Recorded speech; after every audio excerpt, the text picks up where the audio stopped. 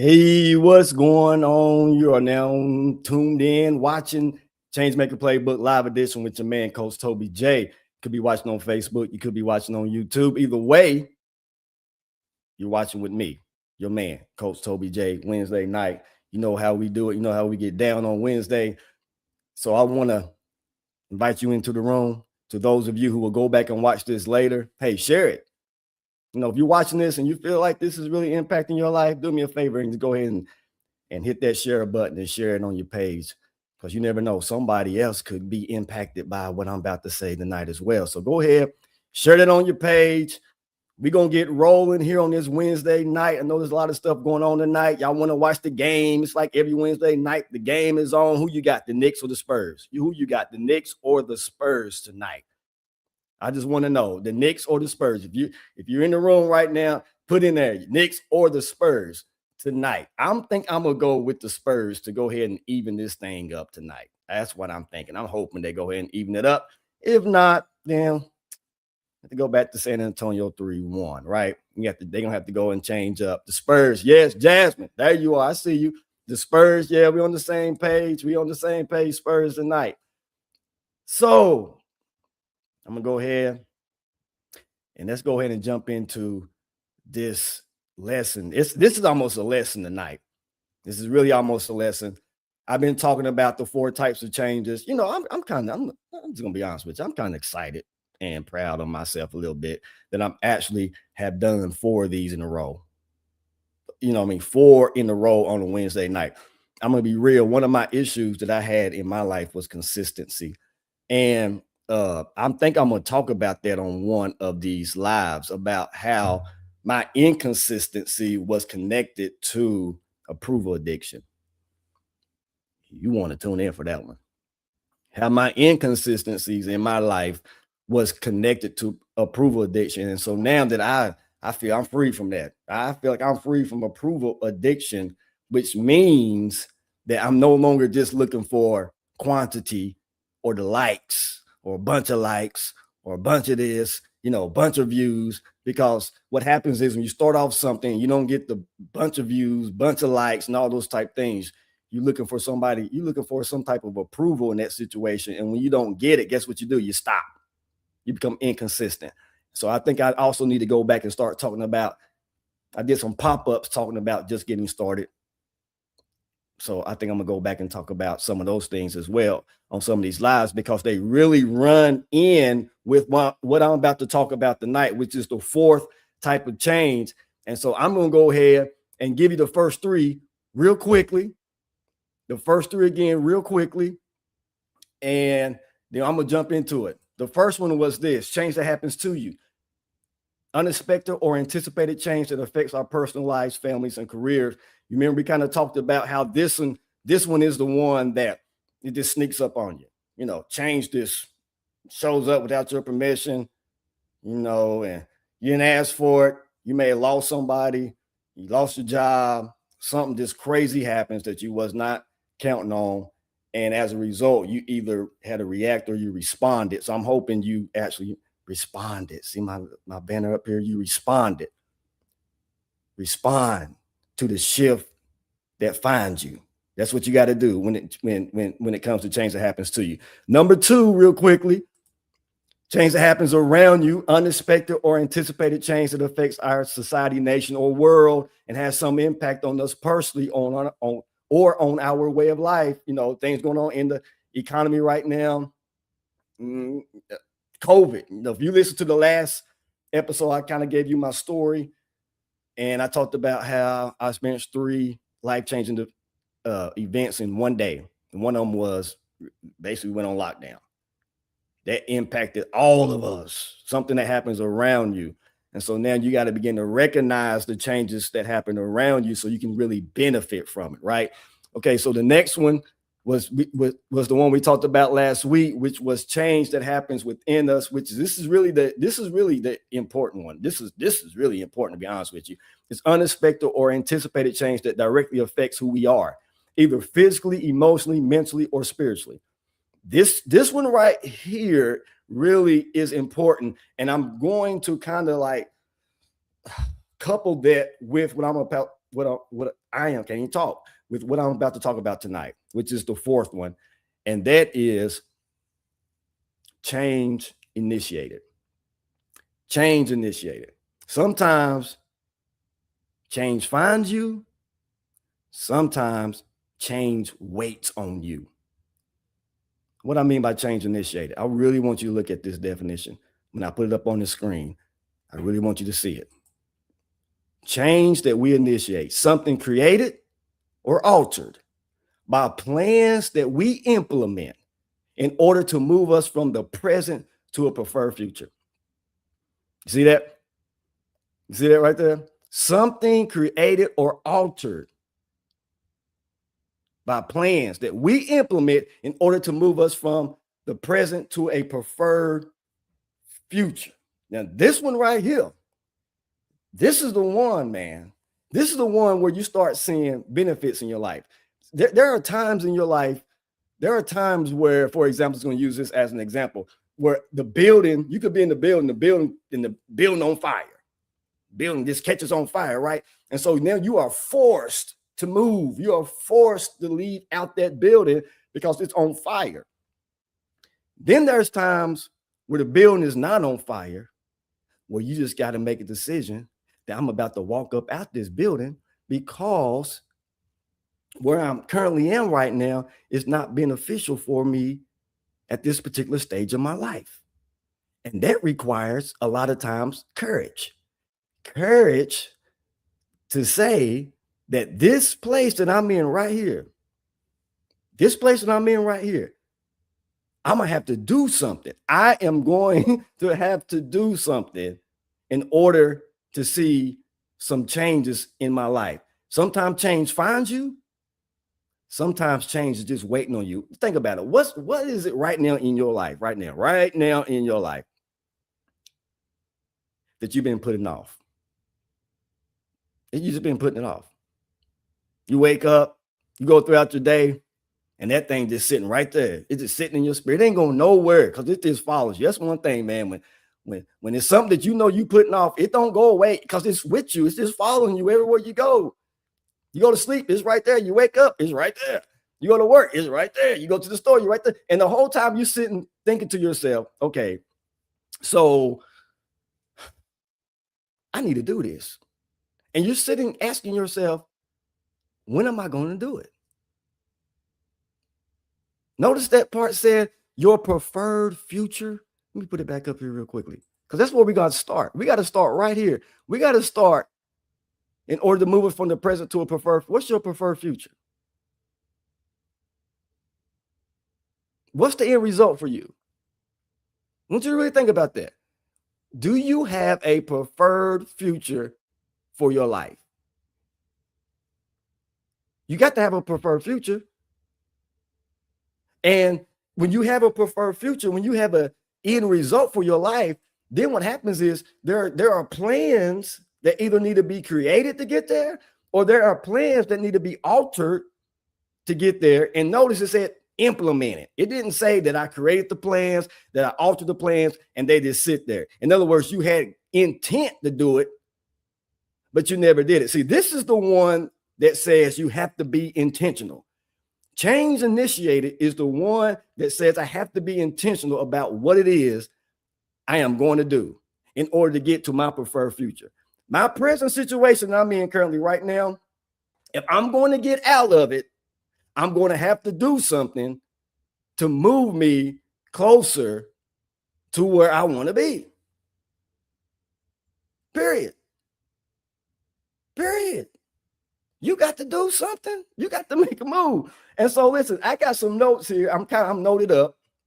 I'm noted up tonight because I want to make sure I get some of this across. Think about what are some of the reasons why we do not make moves? Well, one of the reasons is simple, right? Fear of failure. You feel like that if I do this, I might fail at it, right? So fear of failure is one of the reasons that we don't initiate change in our lives. The risk of staying is always greater than the risk of moving.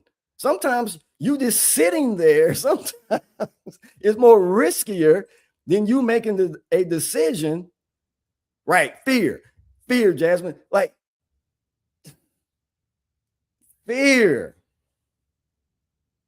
Think about how many times you wanted to do something, but you was fearful that you might fail. And so you just stay there, which actually moves to the next one, comfort. The situation ain't bad enough yet. So because the situation's not bad enough yet, I'm going to stay right here in this situation until it get bad enough to where I have to make a decision and get up out of this.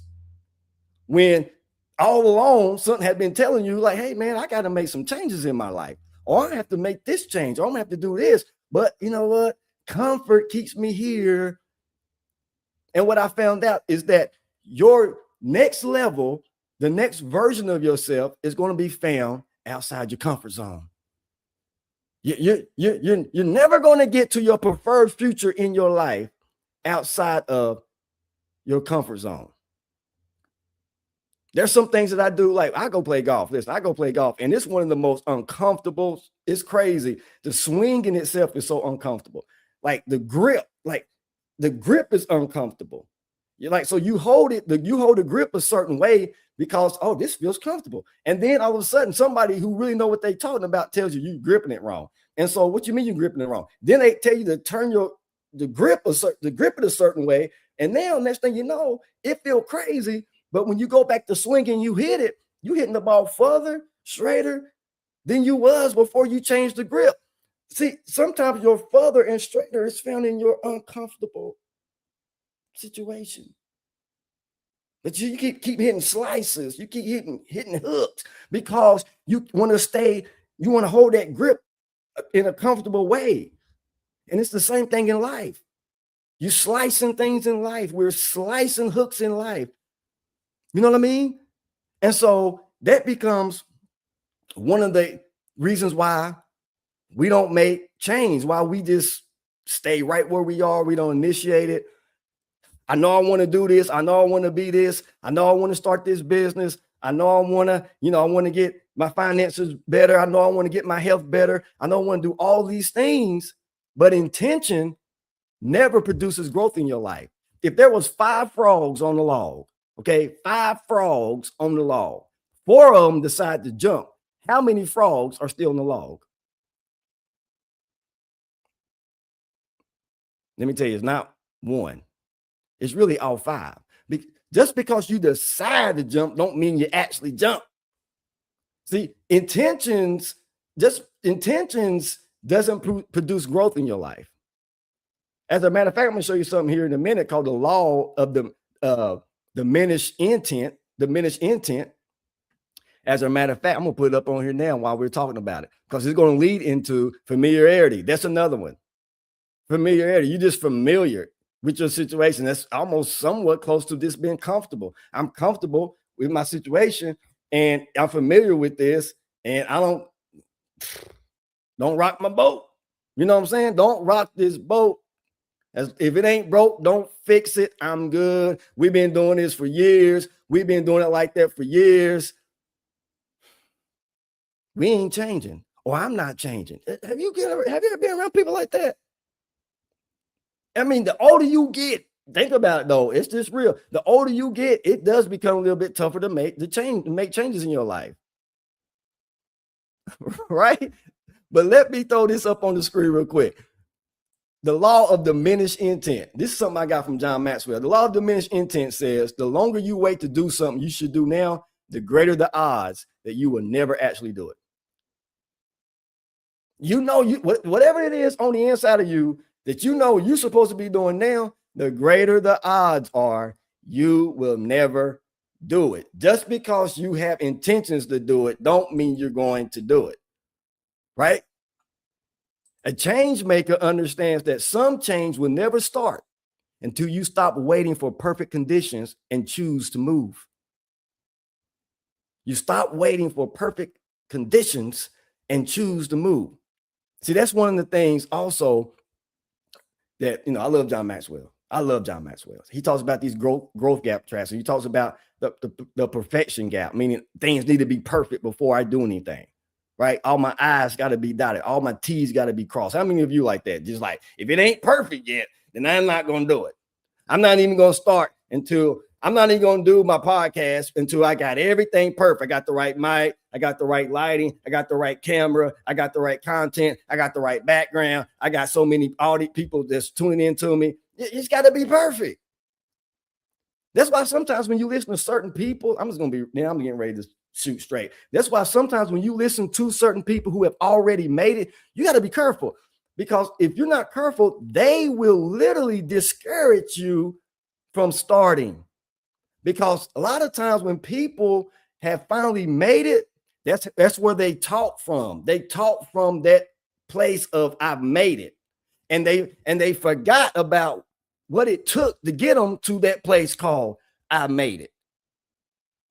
Now they're saying, now they'll tell you, if you can't get 10 people to like you, if you can't get 10 people to watch you, you shouldn't even be doing it. When they probably start off with 2 or 3 people themselves. Now, just because they got 1,000 people watching them, 700 comments, now all of a sudden, your little 10 comments, your little 2, like me, I used to listen to stuff like that. Literally, I used to listen to stuff like that and be like, well, maybe I'm not doing this the right way. And I kept listening to these people who have made it. And I get it. You want to listen to people that's made it. That ain't what I'm saying. Don't listen to people that's made it. But you got to be careful that when you listen to people like that it doesn't discourage you from the beginning stages of what it is that you're trying to do in your life. When you're trying to get to a preferred future in your life, the beginning stages are going to be rough, man. I was talking to one of my friends last night. I said, I finally realized it, man. I'm really trying to build something. And when you grow up with the mindset of be careful, promoting yourself, be careful. When you grow up with that mindset, then it kind of puts you behind the black ball because now you're afraid to do anything to where you feel like it's promoting yourself.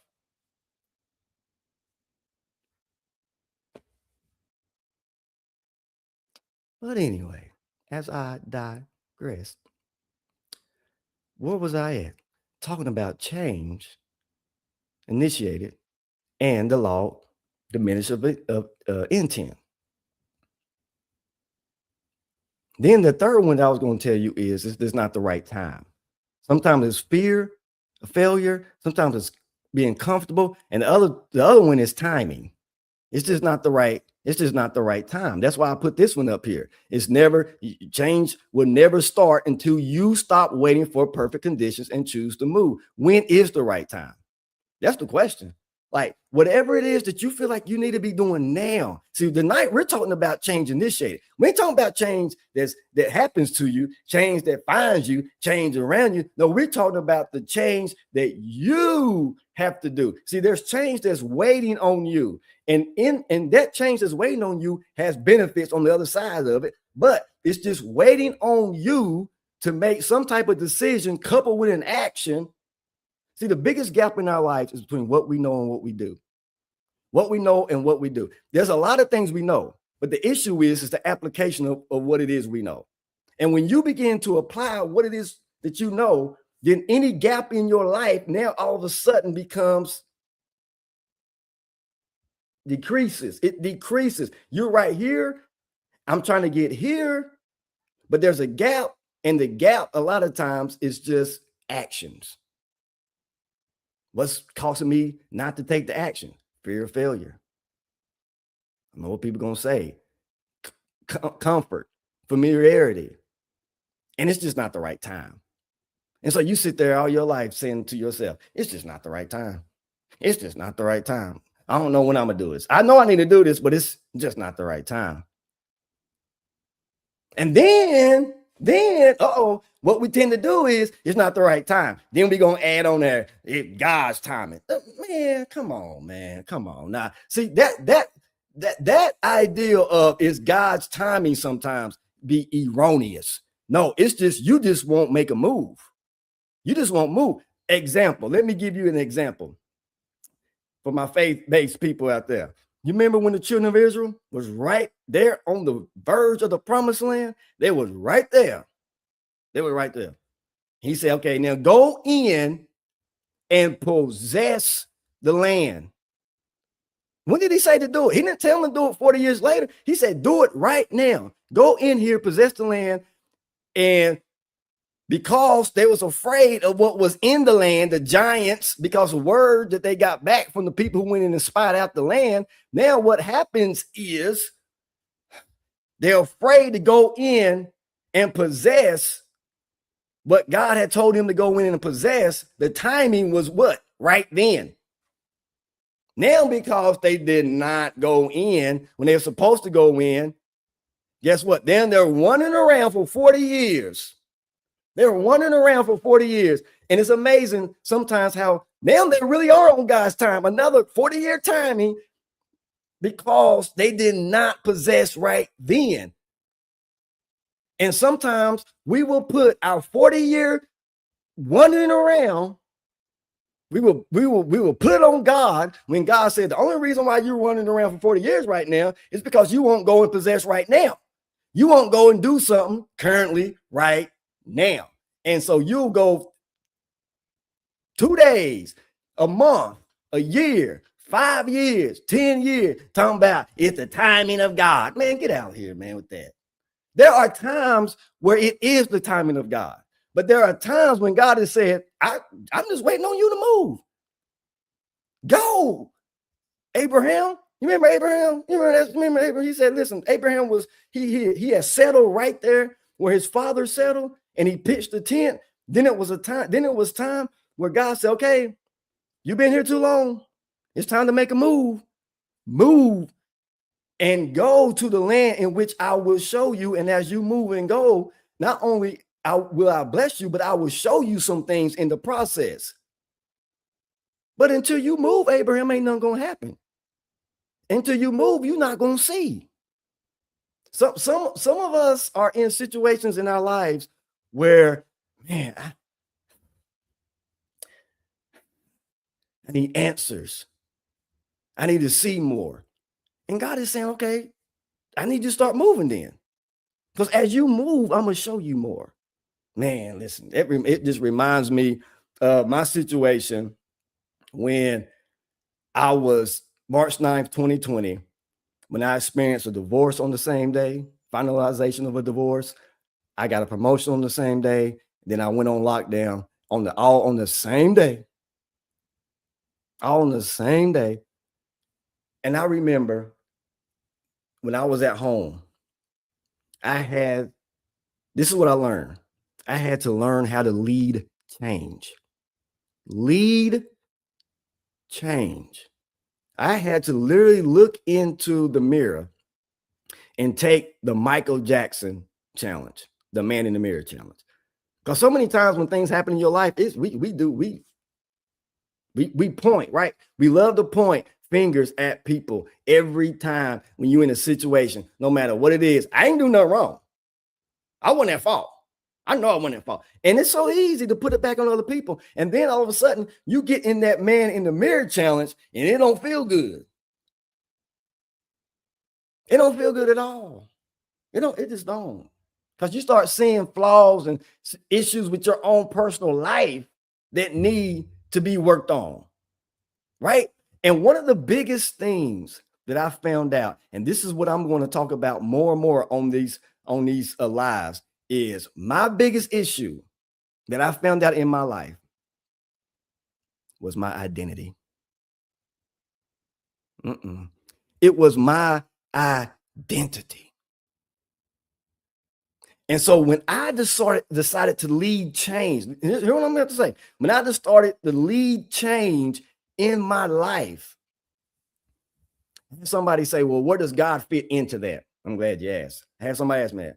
You talking about leading change. Where does God fit in that? He's priority in it. Because here's the reality. This is what I believe. I believe God gave all of us a choice. You have a choice. Okay. Even the Bible says, choose ye this day who you will serve, God or man, blessing or curses. You get to choose. You choose. Even God said, behold, I stand at the door and knock. If any man hear my voice and allows me to, and answers it and allows me to come in. He said, listen, I got to come in, but the only way I can come in as I'm knocking is you're going to have to open up the door so that I can come in. It's a choice. You control the narrative. No, God controls the narrative. God controls the narrative in my life because I chose to allow him to control the narrative. You hear what I'm saying to you? I chose to allow God to take the steering wheel of my life. And now I submit to that leadership of the Spirit of God. I chose that. Just like there's people out here who don't choose that. They choose to say, I don't believe in God. I don't believe in that. I'm going to do it the way I want to do it. And that's the bottom line. I'm going to do it this way.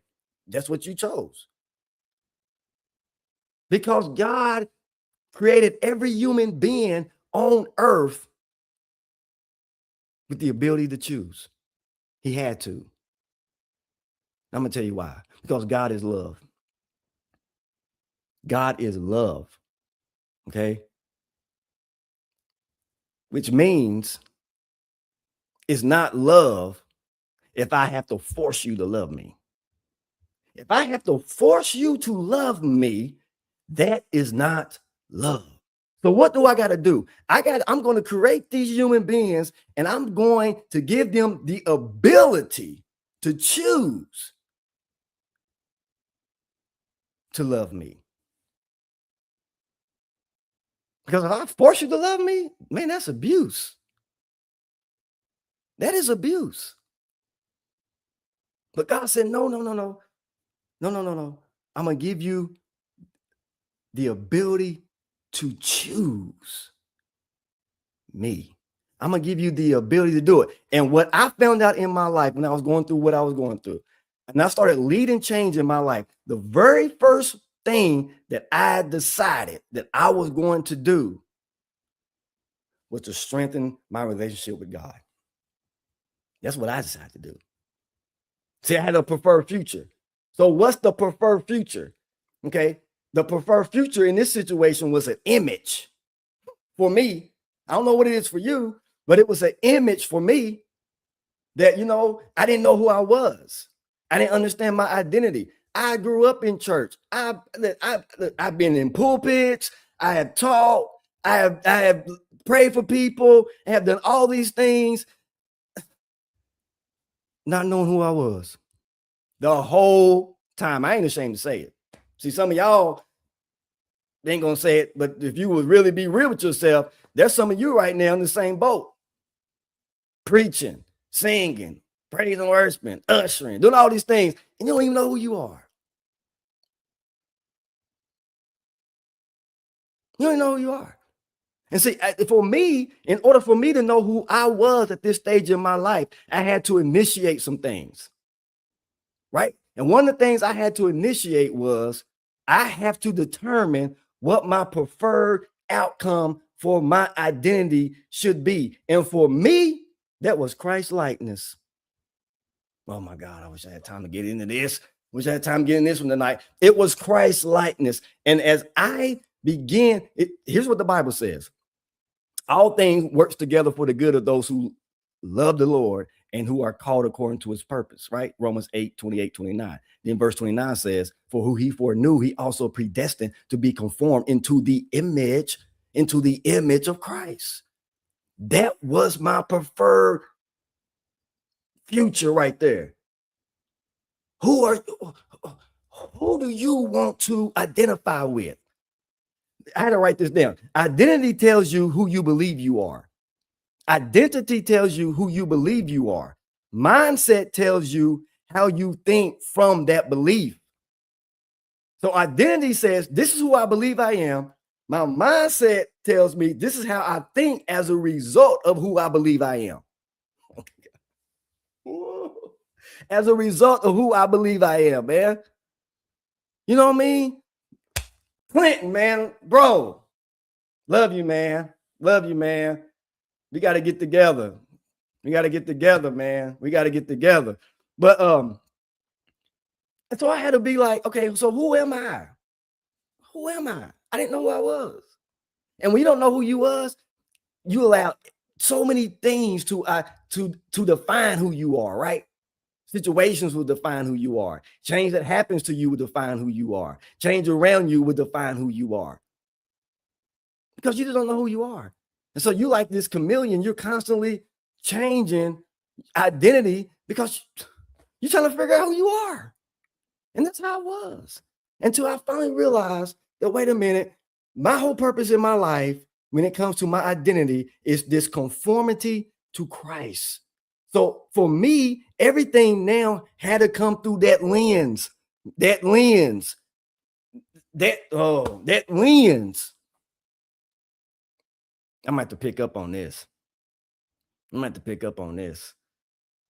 And when I begin to realize, as he is, so am I in this earth. As he is, so am I in this earth. You see the identity right there? As he is, so am I. It didn't say as he was, as he will be. It says as he is. So how do you see, especially if you say you're a Bible person, you're a believer, how do you see him right now? Because as he is, that's how you are. That's you. He's the Son of God. Guess what? This might ruffle some of your fingers. So am I. I'm a son of God. You're a daughter of God. He's the righteousness of God in Christ. So am I. And when I begin to look through these lenses, through the lens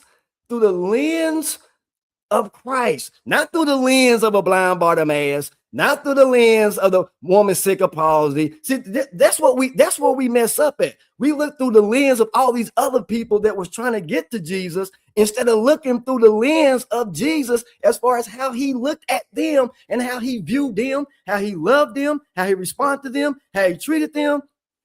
Until you begin to look through that lens. So your identity, your mindset, all of that is found as you look through that lens. Change your perspective when you read the book.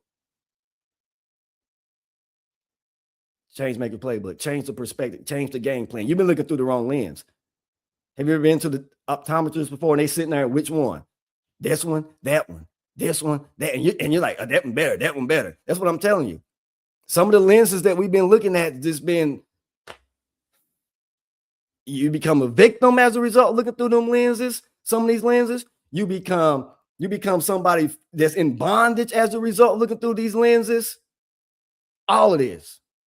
But when I begin to look through these lenses that I'm talking about, the lenses, send it through the lens of Christ, man, liberty jumped all up in my life. I got free from approval addiction. It didn't matter what other people thought about me. I didn't need approval from nobody. The only person that I had to prove that I was who I was myself. I didn't need nobody else to be like, hey, I got to prove to you that I'm this person. I got to prove to you that I'm the righteousness of God in Christ Jesus. I got to prove to you that I'm a son of God. I got to prove to you that I'm in right. No. I had to prove to myself that. And when I began to understand who I was in the midst of everything that I was going through on March 9th, 2020, I finalized divorce. COVID hit in, I was locked down, and I got a raise. That was my breeding ground. Change is the breeding ground of growth. That was my breeding ground. And as I was in that breeding ground, change was working on the inside of me that I didn't even realize it. Change within. Mindset, perspective, spiritual change. All these things were happening on the inside of me that I didn't really realize was happening on the inside of me. And I used to tell people, I don't know what's going on, man. I just know I'm free. I feel free, but I just don't know where it's coming from. But now I know where it's coming from. I'm free because I know who I am. I feel like everything I went through in my life got me to this point of recognizing who I am. A change maker recognizes who they are. Change happens on the inside of them first. They allow change to happen on the inside of them. Inside, it's an inside job. It's an inside job. And then they begin to help create change on the outside. Man, I'm done. I'm done. I'm kind of stirred off. I don't know if I took some rabbit trails, but I'm done. I love you guys. Jasmine, thanks for tuning in. Clinton, thanks for tuning in. Everybody else that will go back and watch it. I see y'all because you commented. I appreciate you guys. And listen, July, I got something I'm gonna do in July. It's gonna be special. It's gonna probably be like the changeover takeover, something like that. I'm gonna call it something. But it's gonna be good. July is gonna be good. But I still got some things I want to talk about for the rest of this month. I think I'm gonna piggyback off of what I'm talking about now as far as approval addiction. A lot of us out here struggling because of approval addiction, and you're struggling with approval addiction because you don't know identity. Do you not realize that the crisis in our world is an identity crisis? Everything you see going on right now, everything, wars, all this, it's due to an identity crisis.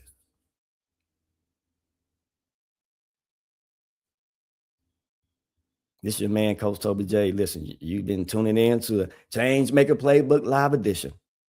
Until the next time, love you guys. God bless you.